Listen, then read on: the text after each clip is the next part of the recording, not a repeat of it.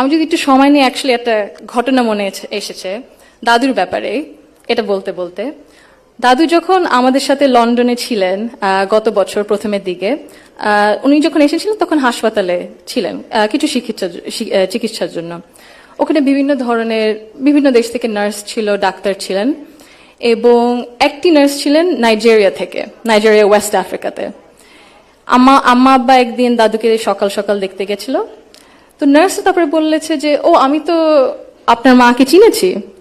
আম্মু আব্বু বললো, কিভাবে? আপনার মাই প্রথম ইলেক্টেড প্রাইম মিনিস্টার বাংলাদেশের না? আম্মু আব্বু তো অবাক, হ্যাঁ আপনি কিভাবে জানেন?